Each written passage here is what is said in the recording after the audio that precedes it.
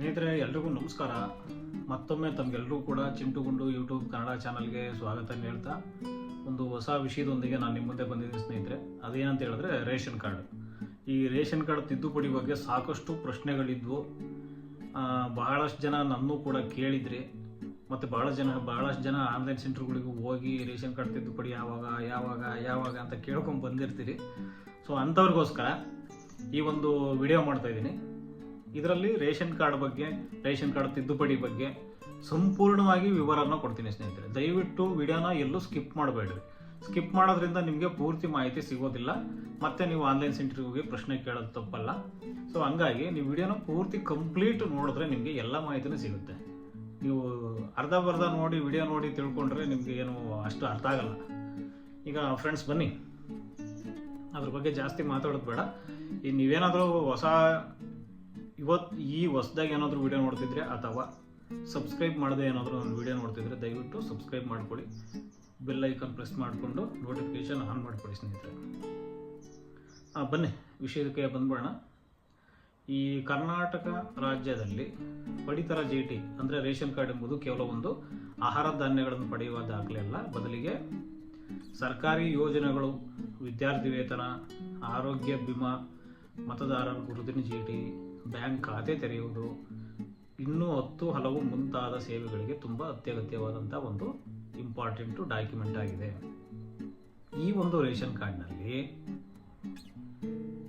ಹೆಸರು, ವಿಳಾಸ, ಫೋಟೋ ಅಥವಾ ಕುಟುಂಬದ ಮುಖ್ಯಸ್ಥರ ಮಾಹಿತಿ ಅಥವಾ ಇನ್ಶಿಲ್ ಏನಾದರೂ ಮಿಸ್ಟೇಕ್ ಆಗಿದ್ರೆ ಅದು ಯಾರನ್ನಾದರೂ ನೀವು ಸೇರಿಸ್ಬೇಕಾಗಿದ್ರೆ, ಈಗ ಮಕ್ಕಳನ್ನ ಏನಾದರೂ ರೇಷನ್ ಕಾರ್ಡ್ ಒಳಗೆ ಸೇರಿಸ್ಬೇಕಪ್ಪ, ಅಥವಾ ಮದುವೆ ಆಗಿದ್ದೀವಿ, ಮದುವೆ ಆಗಿರೋ ಹೆಣ್ಮಕ್ಳನ್ನ ರೇಷನ್ ಕಾರ್ಡಿಗೆ ಸೇರಿಸ್ಬೇಕು, ಅಥವಾ ಕೊಟ್ಟು ಮದುವೆ ಮಾಡಿದ್ದೀವಿ, ಅವರು ಆ ರೇಷನ್ ಕಾರ್ಡಿಗೆ ಹೋಗ್ಬೇಕು ಅಂದರೆ ನಮ್ಮ ರೇಷನ್ ಕಾರ್ಡಿಂದ ಡಿಲೀಟ್ ಆಗಬೇಕು, ಅಥವಾ ನಮ್ಮ ಮನೇಲಿ ಯಾರೋ ಒಬ್ಬರು ವಯಸ್ಸಾಗಿರೋರೇನೋ ತೀರೋಗಿದ್ದಾರೆ ಅವ್ರದ್ದು ಕೂಡ ತೆಗಿಬೇಕು, ಅಥವಾ ಬೇರೆ ಕಡೆಗೆ ಹೋಗಿದ್ದಾರೆ ಅವ್ರನ್ನ ತೆಗಿಬೇಕು. ಇಲ್ಲ ಅಣ್ಣ ತಮ್ಮ ಎಲ್ಲರೂ ಒಂದೇ ಫ್ಯಾಮಿಲಿ, ಒಂದೇ ರೇಷನ್ ಕಾರ್ಡ್ ಆಗಿ ತುಂಬ ದೊಡ್ಡ ಕುಟುಂಬ ಆಗಿರುತ್ತೆ. ಈಗ ಅವರು ಮದುವೆ ಆಗಿಬಿಟ್ಟು ಬೇರೆ ಕಡೆ ವಾಸ ಮಾಡ್ತಿರ್ತಾರೆ, ಗಂಡ ಹೆಂಡತಿ ಮಕ್ಕಳು, ಎರಡನೇ ಫ್ಯಾಮಿಲಿ, ಅವ್ರಿಗೆ ಬೇರೆ ರೇಷನ್ ಕಾರ್ಡ್ ಮಾಡಬೇಕಾಗುತ್ತೆ. ಇಂಥ ಸುಮಾರು ಹಲವು ವಿಷಯಗಳಿಗೆ ರೇಷನ್ ಕಾರ್ಡು ತಿದ್ದುಪಡಿ ಅನ್ನೋದು ತುಂಬ ಮುಖ್ಯ. ಈಗ ಅದೇನಾಗಿತ್ತು, ಸ್ವಲ್ಪ ದಿನಗಳ ಹಿಂದೆ ತಡೆ ಹಿಡಿದಿದ್ರು. ರೇಷನ್ ಕಾರ್ಡ್ ತಿದ್ದುಪಡಿಗೆ ಯಾವುದೂ ಅವಕಾಶನ ಕೊಟ್ಟಿರಲಿಲ್ಲ. ಕಾರಣ, ಈ ಕೆಲವೊಂದು ಅನಧಿಕೃತವಾಗಿರ್ತಕ್ಕಂಥ ರೇಷನ್ ಕಾರ್ಡ್ಗಳನ್ನ ತೆಗೆದುಹಾಕ್ಲಿಕ್ಕೆ, ಅಥವಾ BPL ಇರೋನು, ಕೆಲವರು ಏನಾಗಿತ್ತು, ತುಂಬ ಜನ ಶ್ರೀಮಂತರುಗಳಿದ್ದಾರೆ, ಕಾರು ಬಂಗ್ಲೆ ಎಲ್ಲ ಇಟ್ಕೊಂಡಿರೋಂಥವ್ರು, ಅವ್ರಿಗೂ ಕೂಡ BPL ಕಾರ್ಡ್ ಇತ್ತು. ಇಲ್ಲಿವರೆಗೂ ಪರಿಷ್ಕರಣೆ ಆಗಿರಲಿಲ್ಲ. ಈ ಹೊಸದಾಗಿ ಅದೊಂದು ಪರಿಷ್ಕರಣೆ ಮಾಡಿಬಿಟ್ಟು ಬಡ ಕುಟುಂಬದವ್ರಿಗೆ ಅಷ್ಟೇ ಬಿಟ್ಟು ಸ್ವಲ್ಪ ಉನ್ನತವಾಗಿ ಆರ್ಥಿಕವಾಗಿ ತುಂಬ ಚೆನ್ನಾಗಿರ್ತಕ್ಕಂಥವ್ರಿಗೆ BPL ಕಾರ್ಡ್ಗಳನ್ನ APL ಕಾರ್ಡ್ ಆಗಿ ಕನ್ವರ್ಟ್ ಮಾಡಲಿಕ್ಕೆ ಪರಿಷ್ಕರಣೆ ಅಂತೇಳಿ ತಗೊಂಡಿದ್ರು. ಹಂಗಾಗಿ ಸ್ವಲ್ಪ ತಿದ್ದುಪಡಿಯನ್ನು ನಿಲ್ಲಿಸಿದ್ರು ಸ್ನೇಹಿತರೆ. ಫ್ರೆಂಡ್ಸ್, ಈಗ ಏನಾಗಿದೆ, ಈಗ ರೇಷನ್ ಕಾರ್ಡ್ ತಿದ್ದುಪಡಿ ಮಾಡಲಿಕ್ಕೆ ಮತ್ತೆ ಅವಕಾಶ ಕೊಟ್ಟಿದ್ದಾರೆ. ನೀವು ಡೇಟನ್ನೆಲ್ಲ ನಾನು ಕರೆಕ್ಟಾಗಿ ಹೇಳ್ತೀನಿ, ಪ್ರತಿಯೊಂದು ವಿಚಾರನೂ ಹೇಳ್ತೀನಿ. ನೀವು ಪೂರ್ತಿ ವಿಡಿಯೋ ನೋಡಿ, ಸ್ಕಿಪ್ ಮಾಡಬೇಡ್ರಿ. ಸ್ಕಿಪ್ ಮಾಡಿದ್ರೆ ನಿಮ್ಗೆ ಯಾವ ವಿಷಯನೂ ಗೊತ್ತಾಗಿಲ್ಲ ಅಂದರೆ ಮತ್ತೆ ನೀವು ಯಾವ ವಿಷಯನೂ ಮತ್ತೆ ರೇಷನ್ ಕಾರ್ಡ್ ಮಾಡ್ಸೋಕ್ಕೆ ಆಗಲ್ಲ. ಈಗ ವಿಷಯಕ್ಕೆ ಬಂದ್ಬಿಡೋಣ. ಈ ಒಂದು ಮತ್ತೆ ಆಫ್ಲೈನು ಮತ್ತು ಆನ್ಲೈನು ಈ ಎರಡರಲ್ಲೂ ಕೂಡ ಈ ಒಂದು ಮತ್ತೆ ಹೊಸದಾಗಿ ತಿದ್ದುಪಡಿ ಪ್ರಕ್ರಿಯೆಯನ್ನು ಸರ್ಕಾರ ಆರಂಭ ಮಾಡಿದೆ. ಈ ಒಂದು ಕರ್ನಾಟಕದ ಪಡಿತರ ಚೀಟಿ ತಿದ್ದುಪಡಿ ಸೇವೆಯನ್ನು ತಾಂತ್ರಿಕ ಕಾರಣಗಳಿಂದ ಕೆಲ ದಿನಗಳ ಹಿಂದೆ ನಿಲ್ಲಿಸಲಾಗಿತ್ತು. ಇದರಿಂದ ಹೊಸ ಮಕ್ಕಳ ಸೇರ್ಪಡೆಗೆ, ಮದುವೆಯಾದ ಪತ್ನಿ ಹೆಸರು ಸೇರಿಸುವುದು ಮತ್ತು ಸತ್ತ ಸದಸ್ಯರ ಹೆಸರು ತೆಗೆಯುವುದು ಮುಂತಾದ ಕೆಲಸಗಳು ತುಂಬ ಸ್ಥಗಿತವಾಗಿದ್ದು, ಈಗ ಆಹಾರ ಇಲಾಖೆ ಏನು ಮಾಡಿದೆ, ಹೊಸ ವೆಬ್ಸೈಟ್ ಪೋರ್ಟಲ್ ಮೂಲಕ ಈ ಸೇವೆಯನ್ನು ಮತ್ತೆ ಪುನರಾರಂಭ ಮಾಡಿದ್ದು, ಫಲಾನುಭವಿಗಳು ಆನ್ಲೈನು ಅಥವಾ ಆಫ್ಲೈನ್ ಮೂಲಕ ಅರ್ಜಿಯನ್ನು ಸಲ್ಲಿಸಬಹುದು.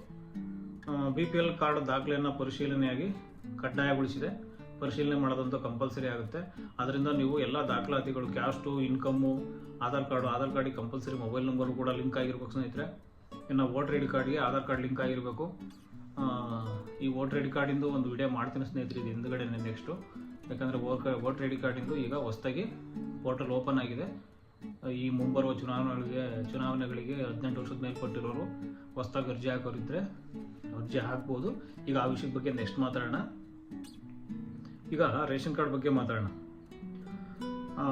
ಈ ಸೇವೆಯನ್ನು ಸದ್ಯಕ್ಕೆ ಸ್ಥಗಿತಗೊಳಿಸಲಾಗಿತ್ತು. ಕಾರಣ ಯಾಕೆ ಅಂದರೆ ಈ ಒಂದು ರೇಷನ್ ಕಾರ್ಡ್ BPL ಕಾರ್ಡ್ಗಳನ್ನು ದುರ್ಬಳಕೆ ಆಗ್ತಿರೋದನ್ನು ತಡೆ ನಿಲ್ಲಿಸಬೇಕು ಅನ್ನೋದೇ ಆಧಾರ್ ಲಿಂಕಿಂಗು ಮಾಡುವ ಉದ್ದೇಶದಿಂದ KYC ಮಾಡಬೇಕು.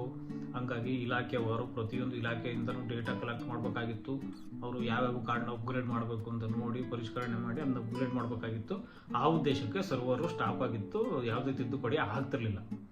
ಏನು ಮೆಡಿಕಲ್ ಎಮರ್ಜೆನ್ಸಿ ಇರೋರಿಗೆ ಮಾತ್ರ ನಿಮಗೆ ಆಯಾ ಸಂಬಂಧಿಸಿದಂಥ ತಾಲೂಕು ಆಫೀಸ್ಗಳಲ್ಲಿ ಮಾಡಿಕೊಡ್ತಾ ಇದ್ರು. ಅದನ್ನು ಕೂಡ ಸ್ವಲ್ಪ ದಿವಸದಿಂದ ಸ್ಟಾಪ್ ಆಗಿತ್ತು ಅನಿಸುತ್ತೆ. ಹಂಗಾಗಿ ಈಗೇನಾಗೈತೆ ಮತ್ತೆ ಓಪನ್ ಮಾಡಿದ್ದಾರೆ ತಿದ್ದುಪಡಿ ಮಾಡಲಿಕ್ಕೋಸ್ಕರ. ನೀವು ಯಾರನ್ನಾರು ಸೇರಿಸೋದಿದ್ರೆ ಸೇರಿಸ್ಬೋದು, ಡಿಲೀಟ್ ಮಾಡೋದಿದ್ರೆ ಮಾಡಿಸ್ಬೋದು, ಅಥವಾ ನಿಮ್ದೇನಾದರೂ ವಿಳಾಸ ಅಡ್ರೆಸ್ ಏನಾದರೂ ಚೇಂಜ್ ಆಗಿದ್ರೆ ಚೇಂಜ್ ಮಾಡ್ಕೋಬೋದು, ಅಥವಾ KYC ತಪ್ಪಾಗಿದ್ದು ಇನ್ಶಿಯಲಿ ಮಿಸ್ಟೇಕ್ ಆಗೈತೆ, ಸ್ಪೆಲ್ಲಿಂಗ್ ಮಿಸ್ಟೇಕ್ ಆಗೈತೆ ಅಂದರೆ ಅದನ್ನು ಕೂಡ ಸರಿ ಮಾಡ್ಕೋಬೋದು.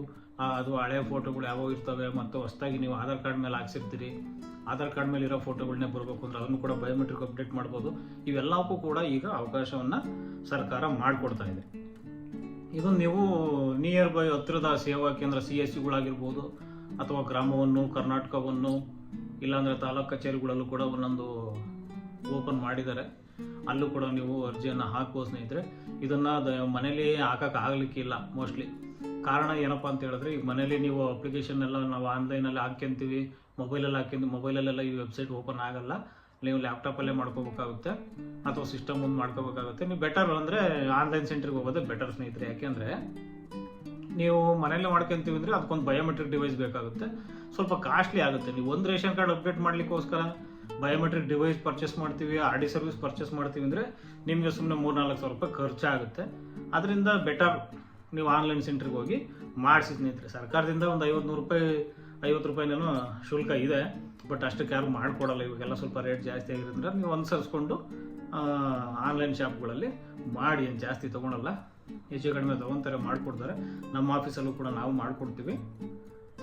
ನೀವು ದಾವಣಗೆರೆಯವರಾಗಿದ್ದರೆ ಖಂಡಿತವಾಗ್ಲೂ ನಮ್ಮ ಆಫೀಸಲ್ಲಿ ತಿದ್ದುಪಡಿ ಮಾಡಿಸ್ಬೋದು, ಮಾಡಿಕೊಡ್ತೀವಿ. ಪೂರ್ತಿ ವಿಚಾರವನ್ನು ಹೇಳ್ತೀನಿ ಸ್ನೇಹಿತರೆ, ಕಂಪ್ಲೀಟಾಗಿ ನೋಡಿ. ಪಡಿತರ ಚೀಟಿಯಲ್ಲಿ ಕೆಳಗಿನ ತಿದ್ದುಪಡಿಗಳಿಗೆ ಅವಕಾಶ ನೀಡಲಾಗಿದೆ. ನಾನು ಈಗಾಗಲೇ ಹೇಳಿದೆ, ಏನು ತಪ್ಪು ಕಾಗುಣಿತ ಅಥವಾ ಈ ಥರ ತಪ್ಪುಗಳು, ಆ ಹೊಸ ಮಕ್ಕಳು ಅಥವಾ ಮದುವೆಯಾದ ಪತ್ನಿ ಅಥವಾ ಮರಣ ಹೊಂದಿದ ಸದಸ್ಯರು ಅಥವಾ ಮದುವೆಯಾಗಿ ಬೇರೆ ವಾಸ ಮಾಡ್ತಾ ಇರೋರು ಅಥವಾ ಮನೆ ಏನಾದರೂ ಸ್ಥಳಾಂತರ ಮಾಡಿದರೆ, ಹೊಸ ಅಡ್ರೆಸ್ ಹಾಕಬೇಕಾಗಿದ್ರೆ, ಫೋಟೋ ಬದಲಾವಣೆ ಮಾಡಬೇಕಾಗಿದ್ರೆ, ಅಥವಾ ಕುಟುಂಬದ ಮುಖ್ಯಸ್ಥರು ಈಗ ತಾಯಿ ಇರ್ತಾರೆ ಮಕ್ಕಳಿಗೆ, ಆಮೇಲೆ ಸೊಸೆ ಬಂದಮೇಲೆ ಸೊಸೆ ಮಾಡಬೇಕಾಗುತ್ತೆ, ಅಥವಾ ತಾಯಿ ಏಜ್ ಆಗಿರುತ್ತೆ, ಅವ್ರು ತೀರ್ಕೊಂಡಿರ್ತಾರೆ, ಅದು ಹಂಗೇ ಮುಂದುವರ್ಕೊಂಡು ಹೋಗ್ತಿರುತ್ತೆ, ನೀವು ಅಪ್ಡೇಟ್ ಮಾಡಿಸಿರಲ್ಲ, ಗೃಹಲಕ್ಷ್ಮಿ ಹಣ ಕೂಡ ಬಂದಿರಲ್ಲ, ಹಾಗಾಗಿ ಸೊಸೆನ ಮುಖ್ಯಸ್ಥರನ್ನಾಗಿ ಮಾಡಬೇಕು. ಇಂಥವೆಲ್ಲ ಮಾಡ್ಕೋಬೋದು. ಚಿಕ್ಕ ಪುಟ್ಟವೆಲ್ಲವೂ ಕೂಡ ಈ ಒಂದು ಅವಕಾಶ ಸಿಗ್ತಾ ಇದೆ ಮಾಡ್ಕೊಳ್ಳೋಕ್ಕೆ. ಮೇನ್ ಇದಕ್ಕೆಲ್ಲ ದಾಖಲಾತಿಗಳನ್ನ ಕಡ್ಡಾಯವಾಗಿ ಇಟ್ಕೋಬೇಕು ಸ್ನೇಹಿತರೆ.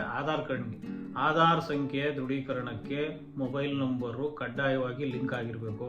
ಅಂದರೆ ಆಧಾರ್ ಸಂಖ್ಯೆನ ನಾವು ದೃಢೀಕರಣ ಮಾಡಬೇಕು ಅಂದರೆ ರೇಷನ್ ಕಾರ್ಡ್ ವೆಬ್ಸೈಟ್ನಲ್ಲಿ ಮೊಬೈಲ್ ನಂಬರ್ ಕಂಪಲ್ಸರಿ ಲಿಂಕ್ ಆಗಿರಬೇಕು. OTP ಬರುತ್ತೆ, OTP ಪ್ಲಸ್ ಬಯೋಮೆಟ್ರಿಕ್ ಎರಡೂ ಕೊಡಬೇಕಾಗುತ್ತೆ.